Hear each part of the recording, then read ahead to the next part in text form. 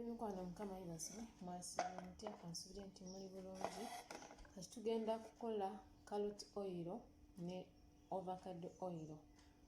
Mukitegeera nga tukozesa olive oil.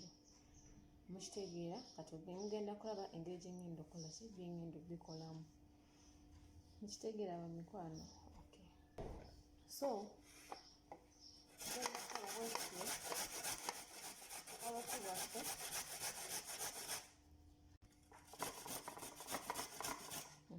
Kati maliriza kati engeri avocado yange gyenina yino eryemu. So carrot naye nkozeseza omu kubanga yo birina okuyinkana ne carrot. Kitegeera mikwano mukama yeebase mwasiibye mutya kansubire nti muli bulungi. Kati tugenda kukola carrot oil ne avocado oil.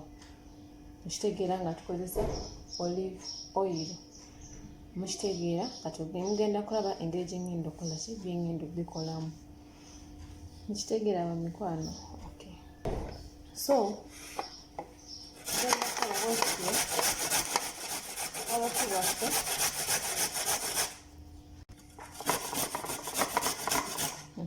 Kati maliriza kati engeri avocado yange gyenina yino eryemu. So carrot naye nkozeseza omu kubanga yo birina okuyinkana ne carrot. Kitegeera kati olive oil waffe wuuno. Kati tugenda kutandika genkoze butono ngenda kozesa kano kafrying pan.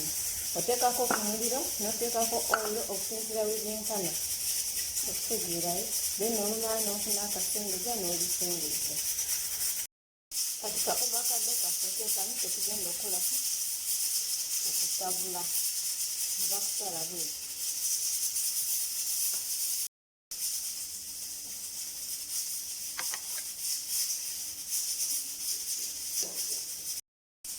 Ndowooza kati mulaba avocado yange olina okumekinga sure nti bituuse soft before ng'ogenda bikola ki ne carrot yange biiyo. Mukitegeera bateekamu olive oil. Kati kisinziira ebintu by'okoze byenkana bitya. Mukitegeera kati engeri gye nkoze ebitono kati ng'abuntaddemu wuuyo.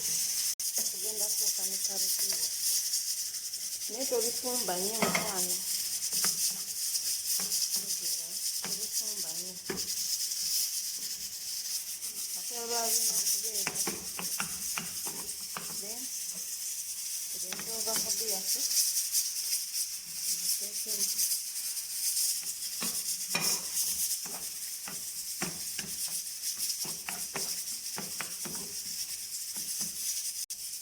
Naye avocado zeno muzimanyi kisemenyi.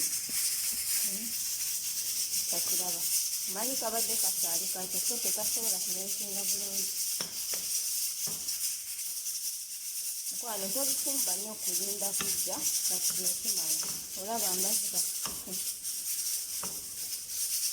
kati nekimala. So kati bwebiwola nja bisengejja biteeke mu kaboto kange. Kaboto kange teekani ebinaaba biwoze mwonje bito kati bwaba mbiteekamu nga byosha kajja kujja kubanga olive oil ogimanyi olive oil aba ayita plastica. Akasengejja kaffe ngenda bisengejja muwulidde ebinaaba biwoze nja biteekamu kano so akano kaplastica. Mugenda kuba mulaba oyo gwengenda okukola kigenzigyemu. Mulaba kati ebivuddemu nga bwe gafaanana. Kati tugenda teeka mu kantu kaffe kano nga bwe kisengedde okolaba okiba bigenda bite eno wansi. So teekako kano buka okwatako kano buka nalika oil waffe amaze owola.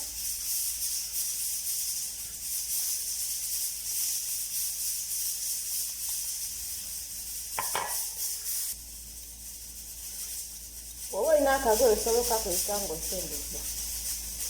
Kati olaba kati kano ko kanjawulo kali kenakesiga mu kusooka kano kalina obunya butono